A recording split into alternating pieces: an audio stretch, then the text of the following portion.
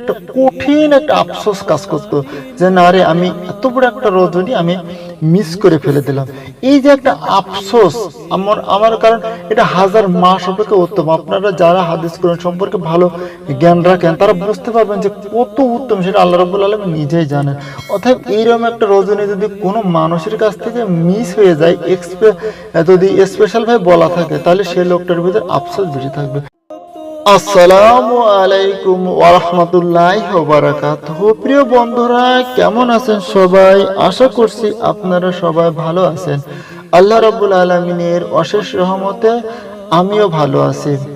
আজকের একটি বিষয় নিয়ে আপনাদের সাথে কথা বলবো, সেটা হলো আমার অনেক ভাইরা অনেক সব প্রশ্ন করে, বা আমারও মনের ভিতরে এরকম প্রশ্ন আসে যে শবে কদর এত গুরুত্বপূর্ণ একটা রজনী, যেটা আগামী রমজানের শেষ দশকে বেজোড় রাত্রিতে আমরা হয়তোবা পাবো, বা আগামী দশকের ভিতরে এই শবে কদরের রজনীটা আসবে, যেটা হাজার মাস অপেক্ষা উত্তম। কত উত্তম সেটা আল্লাহ রাব্বুল আলামিন নিজেই ভালো জানেন।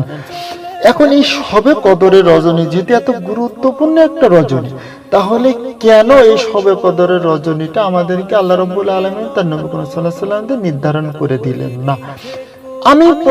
আমার উল্টা প্রশ্ন আপনাদের কাছে, যারা এই ধরনের প্রশ্ন করেন যে কেন নির্ধারিত করা হলো না, এবং আমার উল্টা প্রশ্ন আপনাদের কাছে যে নির্ধারণ না করার কারণে কি আমার আপনার লাভ হলো না লস হলো? যদি আমার আপনার লাভ হয় তাহলে আমি মনে করবো যে নির্ধারণ করাটা না করাটাই বেটার। আর যদি মনে করি যে লাভ নাই, তাহলে আমি মনে করি নির্ধারণ করার দরকার ছিল।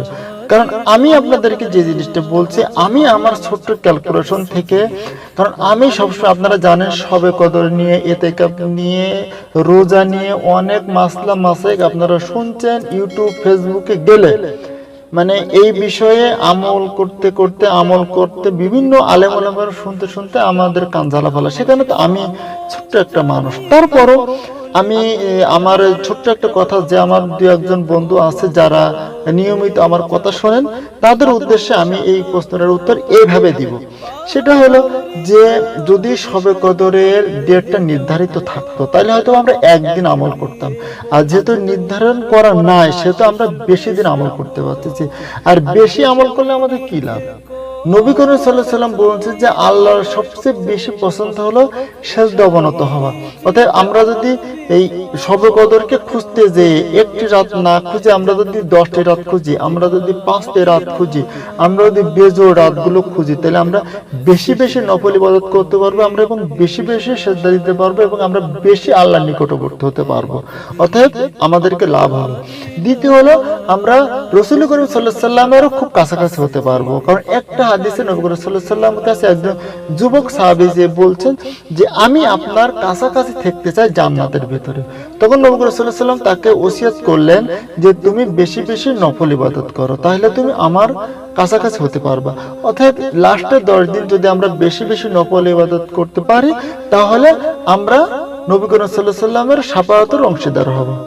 তৃতীয় যে বিষয়টা হলো, যদি শবে কদরের রজনীটা নির্ধারণ করা থাকতো 21, 23, 25, 27, যে কোনো একটি ডেটকে যদি নির্ধারণ করা হতো, আমি আপনাকে বলি ধরেন 27 তারিখে ফিক্সড শবে কদর, আর এই 27 তারিখে রজনীতে আপনার আব্বা অসুস্থ, বা আপনার মা অসুস্থ, বা আপনি পরিবারে এমন একটা বিজি হয়ে গেছেন, বা আপনি আপনার এমন কোন একটা কাজে আপনি বিজি হয়ে গেছেন যে ওদিন করে নামাজ পড়ার কোনো সুযোগ আপনি পেলেন না, বা ওদিন করে কোনো ইবাদত করার সুযোগ আপনি পেলেন না, তাহলে আপনার শরীর মনের ভিতরে একটা কঠিন একটা আফসোস কাজ করতো যে না রে, আমি এত বড় একটা রজনী আমি মিস করে ফেলে দিলাম।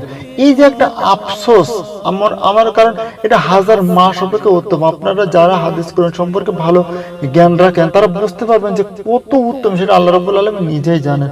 অর্থাৎ এইরকম একটা রজনী যদি কোনো মানুষের কাছ থেকে মিস হয়ে যায়, যদি স্পেশাল ভাবে বলা থাকে, তাহলে সেই লোকটার ভিতরে আফসোস বেশি থাকবে। এই লোকটার ভিতরে আফসোস থেকে আল্লাহ রাব্বুল আলামিন মুক্ত করে দিলেন। অতএব আমরা এখন থেকে এই ধরনের প্রশ্ন আর করবো না, বা এই ধরনের প্রশ্ন করলে আমরা মনে বোকাই সাজবো যে আমাদের কেন নির্ধারণ করা হলো না, তাহলে আমরা ওদিনকের আল্লাহর ইবাদত বন্দেগী বেশি বেশি করতে পারতাম। অতএব এখন থেকে আমি আপনাদেরকে আবার বলি, আপনি বেশি বেশি নফল ইবাদত করে আল্লাহর নিকটবর্তী হবেন, বেশি বেশি নফল ইবাদত করে রাসূল করিম সাল্লাল্লাহু আলাইহি ওয়াসাল্লামের নিকটবর্তী হবেন, এবং বেশি বেশি আমল করে আপনি আফসোস করা থেকে আপনি বিরত থাকবেন। অতএব আমরা একথা আর কখনো বলবো না। আল্লাহ রাব্বুল আলামিন যা করছেন, নবী করিম সাল্লাল্লাহু আলাইহি ওয়াসাল্লাম আমাদেরকে যা নির্ধারণ করছেন, সেটার ভিতরে অবশ্যই আমাদের কল্যাণ আছে, অবশ্যই আমাদের মঙ্গল আছে। আল্লাহ রাব্বুল আলামিন আমাদের সবাইকে এরকম ভাবে জেনে বুঝে আমল করার তৌফিক সবাইকে দান করুন। আসসালামু আলাইকুম ওয়া রাহমাতুল্লাহি ওয়া বারাকাতুহু।